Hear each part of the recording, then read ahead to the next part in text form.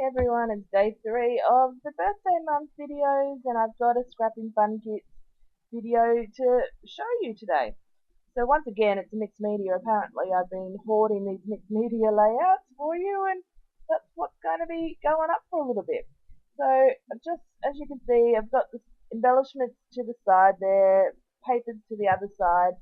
They all come in the kit, so if you want to check out more about it, this is the February kit. But if you want to check out other kits and what goes on at Scrapping Fun Kits, then check out the links below. So as you can see, I've just picked out some red and pink dye, some spray mist, and some like the Kaiser one is an iridescent one, and they're all going to work pretty similar. So what I'm going to do, and my other one there is just water, so just plain water in a spray bottle. So I need to shake that one because it is the iridescent that you need to make sure that it is all shaken up so that you get that shine when you spray it on. So pretty much, I didn't even use that one. Look at that, I'm opening it. That's crazy.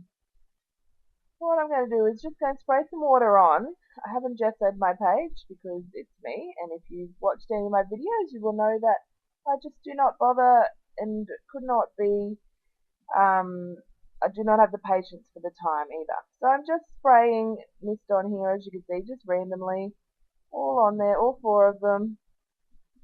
You can see some of it's pooled a bit more because of the water. Spray a bit more water on top, and then the fun, look, the fun's beginning already. Let's go. Ooh, looky. So you could leave it like that if you wanted, but I just wanted to have it, the whole page covered so that it was like a pattern background. I'm just taking off a bit of the colour.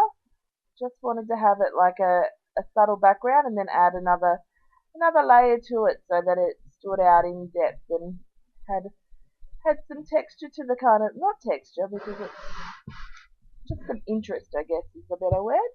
So spraying some more of this iridescent spray on, and as you can see, look at that, that makes it just pop a lot better. It's pretty hard to see the shine on it on the video, I know, but believe me, it's there. So dried it off with my what's that called? A heat tool. And then I'm just, last but not least, paper towel. And then just going to dribble some water on top of it now that it's dry, and leave that for a few seconds, because that's sort of, when you take it off, it makes it like a bleached kind of a modelly look. So that just means it looks like you've used like a texture paste or a stencil or something like that to give some interest. So here we go, we're picking up all that water, and because the spray mist a water based, it reacts to the water. Look at that. And there's the background done. How easy was that? A couple of minutes and you're done. Really, the most that it takes is the drying time. I'm just going to layer some of these papers and just trying to work out how. So this is a photo of my 2 children with their great-grandfather at Christmas time last year.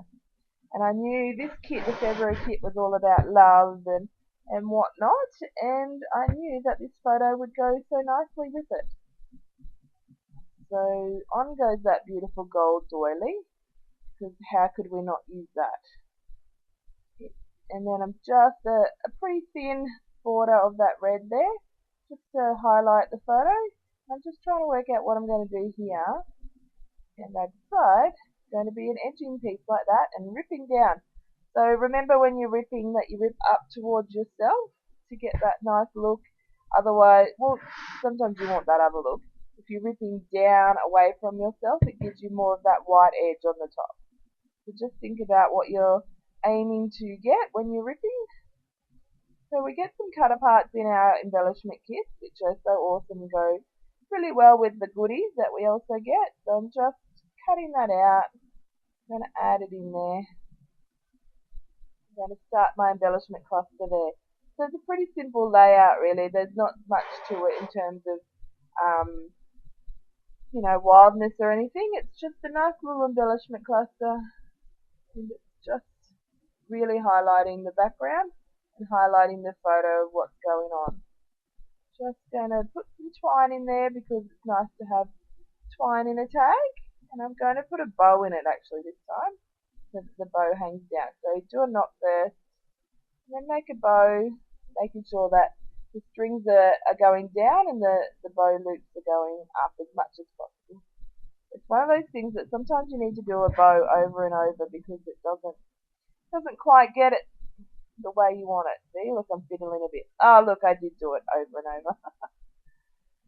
Prime example of what I'm talking about, hey? Oh, I gave up. Apparently no bow is the way to go on this layout. So I was just trying to work out what else in terms of cut aparts I'd add before I add all those lovely texture and chunky 3D embellishments to the right there.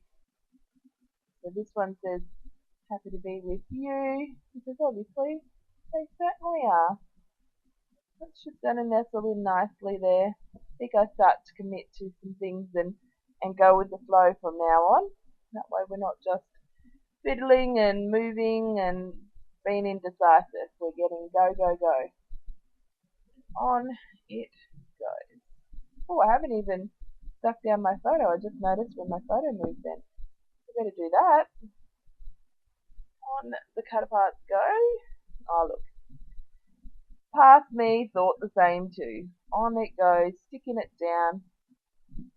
So you can see the background just adds that touch of interest to the photo and the embellishment clusters that are starting to happen here. It's a nice way to just use some of your mixed media goodies, and if you're not, if you can't find a pattern paper that you think is going so nicely with the collection or with the photo that you're using, then a good way to do that is make a mixed media background. That way you get what you want. You get something unique. Just add in some washi tape, because it's always a great addition into the kit, and washi can be used in a variety of ways. So these little lovely, what a tongue twister. These lovely wood veneer that say love with the love heart around it actually have some lovely like floral fabric on them. They're really nice. I've not seen anything like that before, so that was nice to get those little, nice to get those little goodies in the kit where you're like, oh, I never would have brought that before, or I've never seen that before, because then you go, oh, how can I use that? And you use it and you fall in love. So it's really great that it can work like that. That's the beauty of having a kit. So nearly coming to the end of the video, just putting on some of these 3D embellishments. Not going to do too much more. The title is Happy to Be With You. It's all about love. And it just goes so nicely with that mixed media background. So we get some lovely wood veneer hearts. I'm going to do some journaling on the tag. And then pretty much we're going to call it done. I don't think I do too much more. Oh yes, I know what it needs. It needs a doodly border.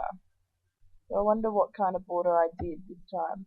Just looking to see, I'm sure that I did do a border just to contain all that lovely mixed media goodness and draw your eye into the layout rather than having it fall off the edge.